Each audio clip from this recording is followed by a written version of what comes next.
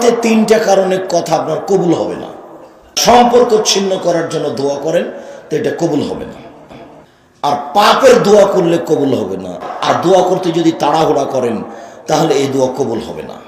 কত দোয়া করলাম কই কবুল হয় না, তারপর অলস হয়ে যায়, তারপর দোয়া ছেড়ে দেয়।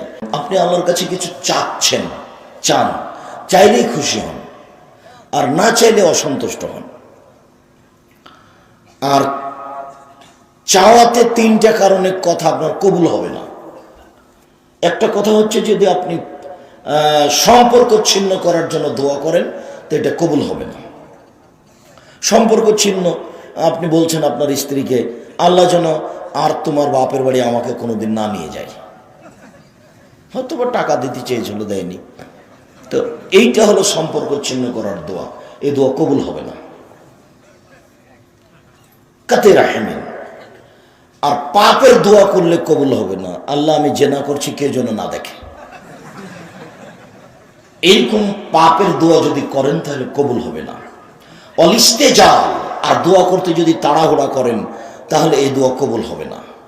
তখন সাহাবীগণ বলছেন আল্লাহর নবী, আগের দুইটা কথা তো বুঝলাম যে পাপের জন্য দোয়া করলে কবুল হবে না, আর আরেকটা হলো এই যে সম্পর্ক ছিন্ন করার জন্য দোয়া করলে কবুল হবে না, কিন্তু তাড়াহুড়া করলে দোয়া কবুল হবে না, এইটা তো বুঝতে পারলাম না, এইটা কি?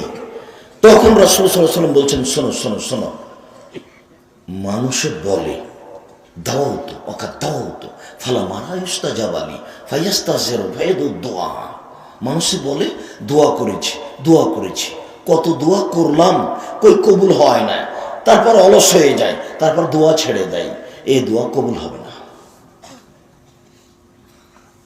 2 মাস 3 মাস 6 মাস বছর চেয়েছে, তারপরে দেখেছে যে হয় না, ও বুঝেছে যে হয় না, তখন আর দোয়া করে না। এইরকম দোয়া কোনোদিন কবুল হবে না।